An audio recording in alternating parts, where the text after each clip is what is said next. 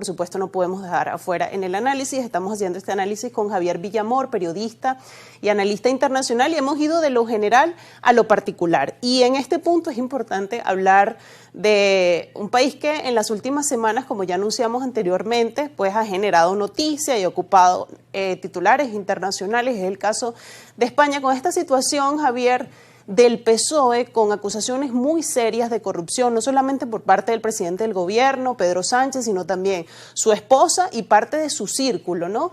Y esta situación, por supuesto, ha generado malestar entre los españoles, además de cada uno de los hechos que ya ha venido arrastrando esta gestión. Veíamos pues la catástrofe en Valencia, que además nos impactó a todos lo que allí pasó, y las críticas que además recibió el gobierno por esta gestión, entre tantas otras cosas. Entonces, esta es la última parte del programa, pero me gustaría que, como estamos hablando de Europa, también analizáramos el caso de España y este asunto de la corrupción del PSOE.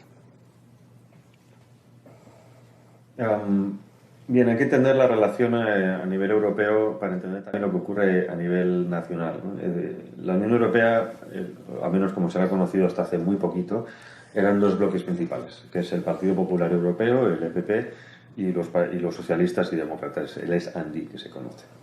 Estos dos bloques han sido mayoritarios, en los últimos años también se han apoyado en el conocido bloque como liberal, que de liberal tiene poco porque son los más regionalistas y nacionalistas en muchos aspectos, y luego los verdes y la izquierda, ¿no? La izquierda más radical, si lo queremos entender quizá, pues esa izquierda más antisistema, que de antisistema también tiene poco, pero bueno, lo más progénero, inmigración masiva, etcétera, etcétera.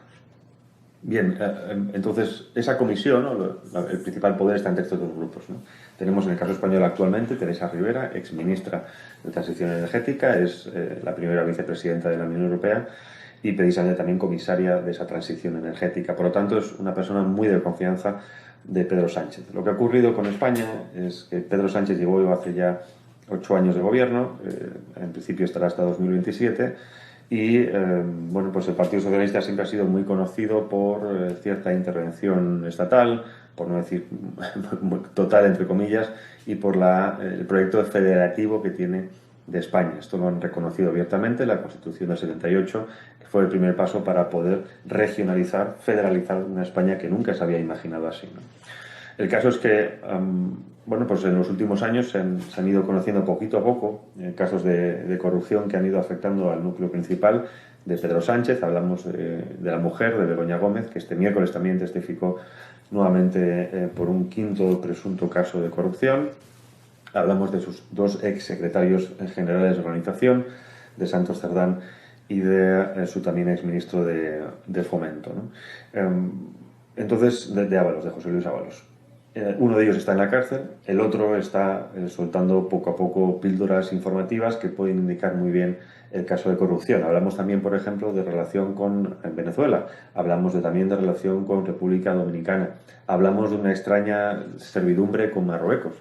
Y esto posiciona también a España en una complicada situación porque es frontera sur de la Unión Europea, con África, y de alguna manera también Pedro Sánchez intenta hacer un equilibrio de poder entre lo que tiene que significarse a nivel interno para que sus socios de gobierno le sigan apoyando y lo que tiene que hacer para supuestamente mostrar cierto gobierno proeuropeísta en Bruselas. Hablamos de la gestión de la Dana, que ha sido una catástrofe, hablamos de los incendios también de este verano, que han sido una catástrofe, pero ahí sigue, ¿no? Y sigue porque, bueno, de alguna manera también cumple con lo que tiene que hacerse desde Bruselas. Esto sé que a veces es muy complicado de entender, ¿no? Hay que explicar cómo la Unión Europea también interviene en los países cuando considere que hay una violación de cierto Estado de Derecho.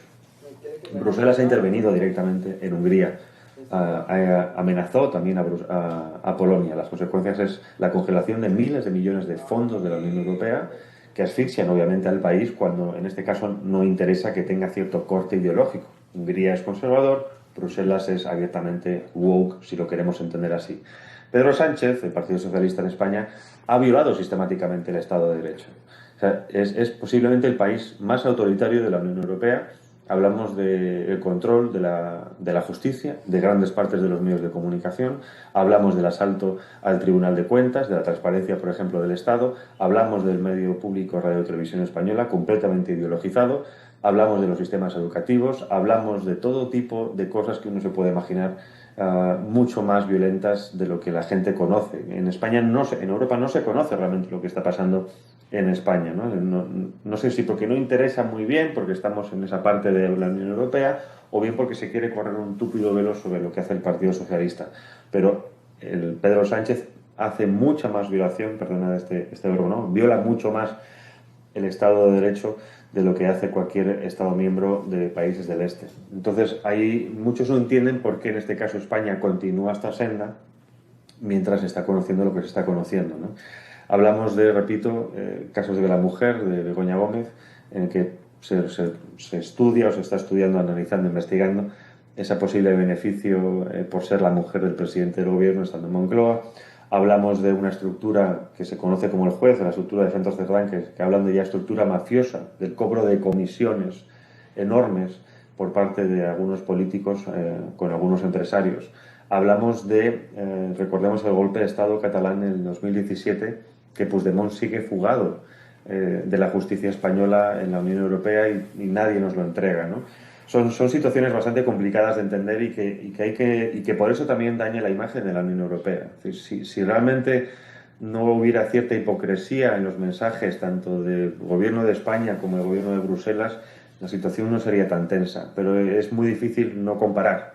Y cuando uno compara cómo se tratan a unos y a otros, esto daña la imagen de un país y la imagen de la Unión Europea, porque recordemos que España es la Unión Europea y España es puente con Hispanoamérica. Muchos hablan de saber si el gobierno va a aguantar, si no va a aguantar. Por el momento ha aguantado lo inaguantable, así que se puede decir que seguramente aguante hasta 2027, pero es cierto que esto afecta directamente al presidente del gobierno. Es decir, todos los casos de corrupción no se entienden de alguna manera por el presidente del gobierno, Pedro Sánchez. Él intenta convencer o intenta transmitir la idea de que esto no es así, pero si tus dos ex manos derechas están imputados, están siendo investigados, si tu mujer está siendo investigada por un presunto quinto delito de corrupción, antes o después saldrá algo que implique al presidente Pedro Sánchez. Y necesitaríamos, Javier, varios programas para analizar no solamente la actualidad y el escenario político europeo, sino particularmente el español. Pero bueno, aquí intentamos hacer el esfuerzo de explicarle a la gente lo que está pasando en Europa y puntualmente, particularmente en España. Yo te quiero agradecer por habernos acompañado, por brindarnos tu tiempo y también tu análisis. Un placer, cuando quieran aquí estoy. Un fuerte abrazo. Igualmente para ti. Escuchaban, amigos, el análisis de Javier Villamor, periodista y analista internacional. Nos brindaba un panorama muy completo sobre la situación europea, sobre Europa como actor internacional y cómo las políticas de la Comisión Europea afectan a lo interno, a cada uno de los países y por qué muchas de estas políticas han generado malestar en la sociedad europea. De esta forma llegamos al fin de esta edición de Ampliamente, recordándoles, por supuesto, que puede ver esta y otras ediciones en nuestro canal de YouTube y puede estar en contacto con nosotros a través de Ampliamente GB por nuestra cuenta en Instagram. Allí nos puede escribir, enviar sus comentarios, sus solicitudes y sus sugerencias.